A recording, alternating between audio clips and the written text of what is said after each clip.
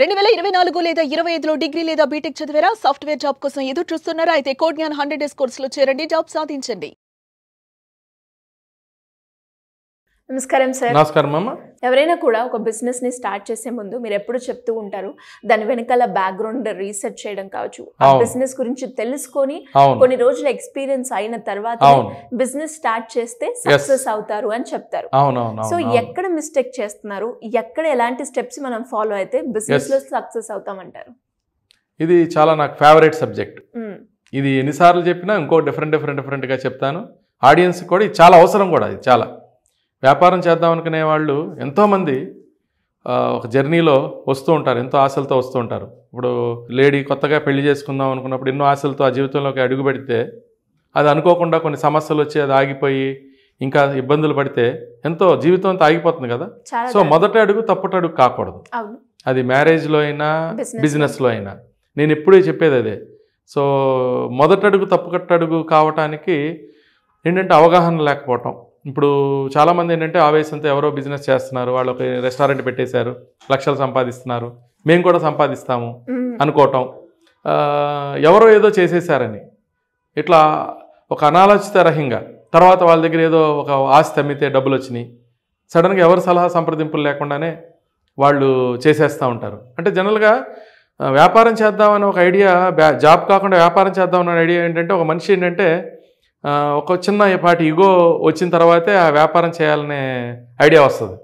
అంటే ఏంటంటే నాకు అన్నీ తెలుసు, నేను చేసేసేయాలి, ఎవరి మాట వినరు, తల్లి మాట, తండ్రి మాట, భార్య మాట, భర్త మాటగా వినరు, చేసేయాలని ఒక పరిగెత్తు ఉంటారు. నేను క్లియర్ కట్గా ఏం చెప్తానంటే తప్పటడుగు వేయొద్దు.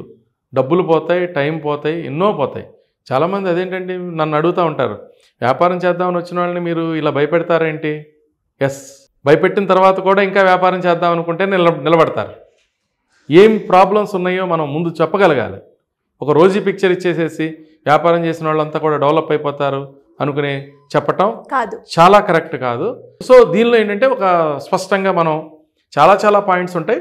ఒక మౌలికంగా ఏంటంటే సరైన బిజినెస్ ప్రణాళిక వేసుకోవటం, ఒక బిజినెస్ ప్లాన్. ఒక ఇల్లు కట్టాలంటే ఎట్లాగైతే ఒక మాస్టర్ ప్లాన్ ఉండాలో అలా ఒక బిజినెస్ ప్రణాళిక. అసలు ఏ ప్రోడక్ట్ అనుకుంటున్నారు, ఆ ప్రోడక్ట్ ఏంటి, ఆ ప్లాన్ ఏంటి, మార్కెటబిలిటీ ఏంటి, ఇంకోటి ఏంటి, దానికి ఎంత ఇన్వెస్ట్మెంట్ అవుతుంది, ఒకవేళ వ్యాపారం వేరే కనుక మ్యానుఫ్యాక్చరింగ్ అనుకో, ల్యాండ్ ఎంత అవుతుంది, ఇంకోటి ఎంత అవుతుంది, కాస్ట్ ఎంత అవుతుంది, నెలల శాలరీస్ ఎంత అవుతాయి, తర్వాత రికరింగ్ వర్కింగ్ క్యాపిటల్ రిక్వైర్మెంట్స్ ఏంటి.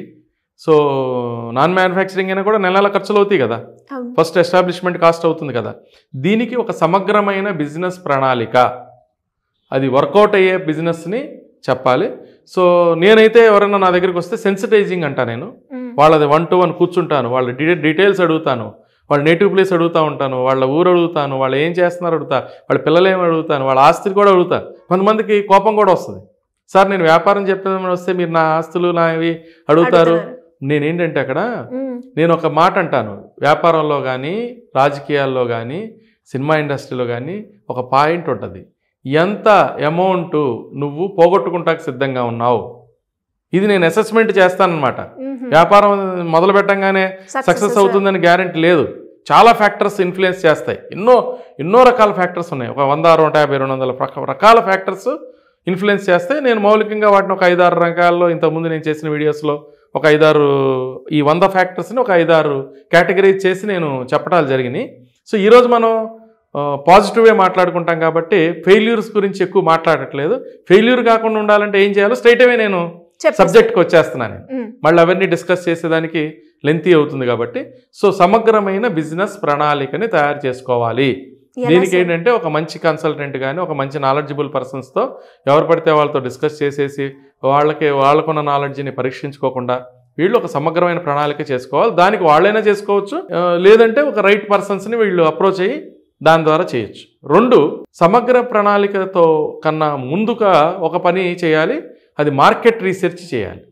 ప్రణాళిక అనేది ఒక పార్ట్.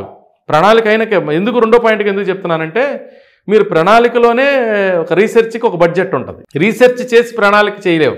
ఒక వ్యాపారం చేద్దామని నిర్ణయం తీసేసుకున్న తర్వాత దానికి ఎంత కాస్ట్ అవుతుందో నిర్ణయం తీసుకున్న తర్వాత దానికి బడ్జెట్లన్నీ డిసైడ్ అయిపోయిన తర్వాతే మనం నెక్స్ట్ స్టెప్ వెళ్తాం కదా. అది చేయాలా వద్దా నిర్ణయం తీసుకున్నాక.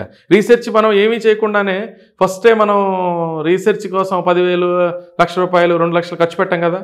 సో ప్రణాళిక ఏర్పడిపోయిన తర్వాత ఆ మార్కెట్, ఆ ఉత్పత్తులు ఎక్కడెక్కడ వెళ్తాయి, ఇంకా రీసెర్చ్ అవుతాయి. ఆ రీసెర్చ్ కనుక చేసిన తర్వాతే మనం నెక్స్ట్ స్టెప్లోకి వెళ్ళాలి. నెక్స్ట్ మూడో సబ్జెక్ట్ ఏంటంటే ఆర్థికమైన వనరులని తయారు చేసుకోవటం. ప్రణాళిక అయిపోయింది, రీసెర్చ్ కూడా చేశాము, ఇప్పుడు ఆర్థిక వనరులు. మన సొంత డబ్బుల్ని మనం చేయాలా, ఇంట్లో పేరెంట్స్, ఇంకొకళ్ళు, ఫ్రెండ్స్, చుట్టాలో ఎవరి దగ్గర డబ్బులు తీసుకు పెట్టాలా. సో సీడ్ క్యాపిటల్ కావాలి first. So proof of concept అనేది అంటారు, పైలట్ ప్రాజెక్ట్ అంటారు, ప్రూఫ్ ఆఫ్ కాన్సెప్ట్ అంటారు. ఇలా చేసుకోవటం బెటర్. నేను చాలామందికి ఏం సలహా ఇస్తానంటే ప్రణాళికలోనే ప్రూఫ్ ఆఫ్ కాన్సెప్ట్ మోడల్ ఉంటుంది, ప్రణాళికలోనే పైలటింగ్ ప్రాజెక్ట్ ఉంటుంది, ప్రణాళికలోనే next level second level project ఉంటుంది, ప్రణాళికలోనే లైట్ ప్రాజెక్ట్ ఉంటుంది. చాలామంది ఏంటంటే అసలు ఏమి కాకుండానే ముందే ₹1,00,00,000 ప్రాజెక్ట్ ఏదో బ్యాంక్ ఇస్తుందంట కదా, లేకపోతే మనం తాకట్టు పెడితే ఏదైనా అవుతుంది కదా చేస్తారు. నేను సజెస్ట్ చేయను. బూట్ స్ట్రాపింగ్ మోడల్లోనే ఎక్కువ వెళ్ళమని నేను సజెస్ట్ చేస్తాను. బూట్ స్ట్రాపింగ్ మోడల్ అంటే ఒక ప్రాజెక్ట్, సపోజ్ ఒక క్యాటరింగ్ పెడదాం అనుకున్నావు, ₹1,00,00,000 పెట్టి పెట్టచ్చు, 10 లక్షలు పెట్టి పెట్టచ్చు, 5 కోట్లు పెట్టి కూడా పెట్టచ్చు. ఒక క్యాటరింగో, ఒక మ్యానుఫ్యాక్చరింగో, ఒక గార్మెంట్ మ్యానుఫ్యాక్చరింగ్ ₹1,00,000తోనూ స్టార్ట్ చేయొచ్చు, 10 లక్షలతో స్టార్ట్ చేయొచ్చు, ₹1,00,00,000తో స్టార్ట్ చేయొచ్చు.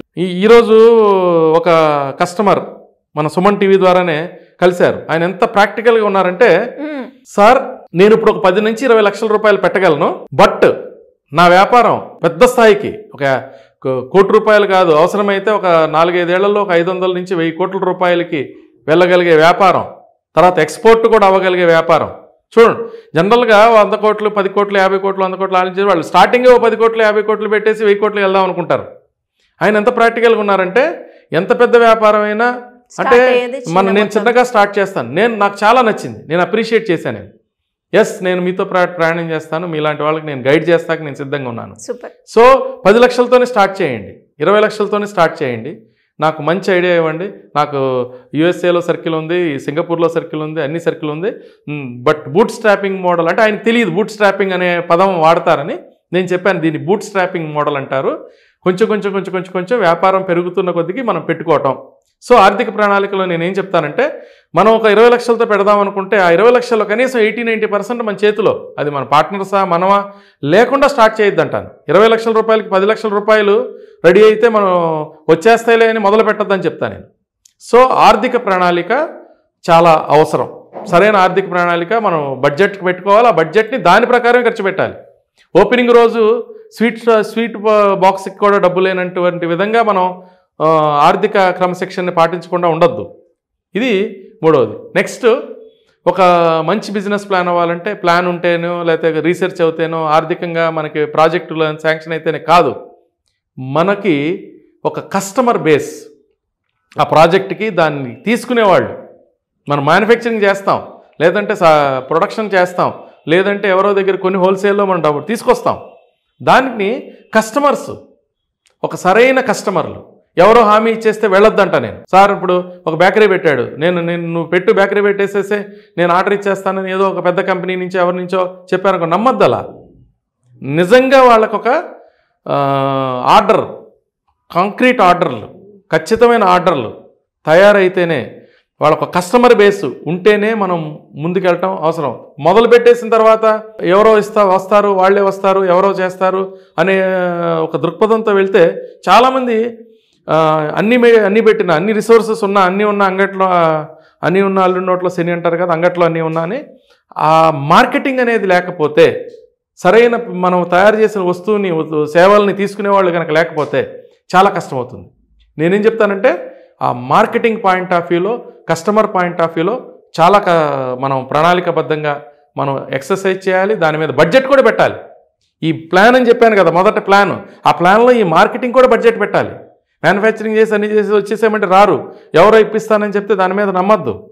ఖచ్చితమైన ఆ బడ్జెట్ పెట్టి దాన్ని చేసుకోవాలి. ఇంకా నెక్స్ట్, హ్యూమన్ రిసోర్సెస్ అన్నీ ఉన్నాయి, మార్కెట్ కూడా ఉంది. చేసేవాళ్ళు ఎవరు? మన వర్క్షాప్లోనో మన బిజినెస్లోనో మనతో పాటు ఉండి ఆ 5గురో 10 మందో 4గురో 20 మందో ఆ స్టాఫ్ ఎవరు, సరైన స్టాఫ్ని హెచ్ఆర్ని మనమే, చిన్న కంపెనీలు అంటే మనమే, అన్నీ చిన్న బిజినెస్ అయితే హెచ్ఆర్ మేనేజర్ మనమే, ప్రొడక్షన్ మేనేజర్ మనమే, మార్కెటింగ్ మేనేజర్ మనమే, అన్నీ మనమే, అన్ని హ్యాట్స్ మనమే. సో మరి ఎవరిని సెలెక్ట్ చేసుకుంటున్నాం, ఎలా సెలెక్ట్ చేసుకుంటున్నాం, సరైన ఎంప్లాయీస్. చిన్న కంపెనీలో ఒక ఇష్యూ ఏంటంటే అందరూ కూడా చదువుకుని బాగా మెరిట్ ఉన్న వాళ్ళంతా కూడా పెద్ద పెద్ద కంపెనీలు పెద్ద పెద్ద బ్రాండ్ నేమ్లో పనిచేద్దాం అనుకుంటారు, చిన్న వ్యాపారాల్లో పనిచేయడానికి రారు. ఇది ఒక పెద్ద ఇష్యూ. మరి చిన్న వ్యాపారాల్లో వచ్చినప్పుడు స్కిల్డ్ తక్కువ ఉన్నవాళ్ళు, కొంచెం డ్రీమ్ తక్కువ ఉన్నవాళ్ళు, ఇన్స్పిరేషన్ తక్కువ ఉన్నవాళ్ళు కొంతమంది వస్తారు, లేదంటే వేరే చోట పెద్ద కంపెనీకి వెళ్దామని వెయిట్ చేసే వాళ్ళు వస్తారు. సో మరి అలాంటి వాళ్ళని ఎలా పెట్టుకోవాలి, ఎలా రిటైన్ చేసుకోవాలి, ఇవి. సో వీటితో పాటు వెండర్స్, మనకి సప్లై చేసే వెండర్లు ఉంటారు కదా, మరి సరిగ్గా మెటీరియల్ సప్లై చేసేవాళ్ళు, సరైన టైంకి ఇచ్చేవాళ్ళు, ఈ వెండర్స్ ఉంటేనే వ్యాపారం క్లిక్ అవుతుంది. రాంగ్ వెండర్స్ని పెట్టుకుని మనం ముందుకెళ్ళలేం. వీటితో పాటు మంచి కన్సల్టెంట్స్ అన్నీ ఉండాలి. ఇంకా పరిస్థితులు కూడా చూసుకోవాలి, మనం ఏ టైంలో దీన్ని లాంచ్ చేస్తున్నాము, ఎక్కడ మనం పెడుతున్నాము, ప్లేస్ ఎక్కడ పెడుతున్నాము, ఏ టైంలో ఎక్కడ పెడుతున్నాము, ఇవన్నీ it's a very big science. మనం దీని మీద అయితే అవసరమైతే నాకున్న ఐడియా ఏంటంటే ఒక వర్క్షాప్స్ కూడా మనం చేద్దాం, ఒక ఎంటర్‌ప్రెన్యూర్‌షిప్ డెవలప్మెంట్ ప్రోగ్రామ్స్ మనం చేద్దాం, ఒక అవసరమైతే ఒక ఫస్ట్ ఒక ఫ్రీ వర్క్షాప్ చిన్నది మనం చేద్దాం. దాన్ని బట్టి మనం వాళ్ళకి నెక్స్ట్ డీటెయిల్డ్గా మనం దీని మీద వెళ్దాం. ఇది చాలా పెద్ద సబ్జెక్టు, ఇది చాలా అవసరం.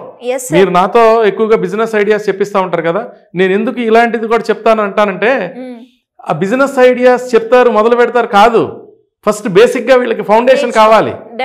అసలు బిజినెస్ లోకి వెళ్ళాలి అంటే ఫస్ట్ అసలు ముందు బేసిక్ గా ఈ ఫౌండేషన్ ఇవన్నీ ప్రాసెస్ అయిన తర్వాతే బిజినెస్ చేస్తే బెటర్ అంటా నేను. డైరెక్ట్ గా మన ఐడియాలని ఏదేదో చేసేద్దామని అనుకుంటా ఉంటారు కదా కొంతమంది. కాదు సార్, మేము ఏదో మీరు చెప్పిన ఫుడ్ ఐడియా చేసి మొదలు పెట్టావు, నువ్వు ఫుడ్ ఐడియా నా మాటని చెప్పావు, నీకు అసలు ఫౌండేషన్ ఏది, నీకు వ్యాపారం అంటే ఏం తెలియదు కదా. అది డెఫినెట్ గా సార్, చాలా మంది కూడా అంటే మనము ఆంటర్‌ప్రెన్యూర్ జర్నీకి సంబంధించి కొన్ని ఎపిసోడ్స్ చేసాము, బిజినెస్ ఐడియాస్ కి సంబంధించి. సో వీటన్నిటికీ ఎవరికైనా కూడా ఇంకా క్లారిటీ కావాలి అంటే ఏ విధంగా మిమ్మల్ని అప్రోచ్ చేయాలి? సో మనం ఎవరైతే కాంటాక్ట్ చేస్తే ఏం చేద్దామంటే నెక్స్ట్ ఎప్పుడన్నా మనం ఒక జూమ్ మీటింగ్ ఏదైనా పెడదాం.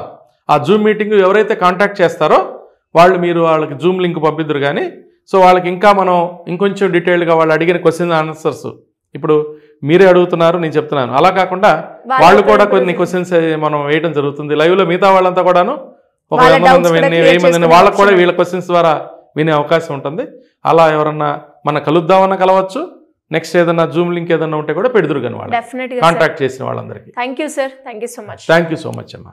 సుమన్ టీవీలో మీ పర్సనల్ అండ్ బిజినెస్ ప్రమోషన్స్ కోసం కింది నెంబర్కి కాంటాక్ట్ చేయండి.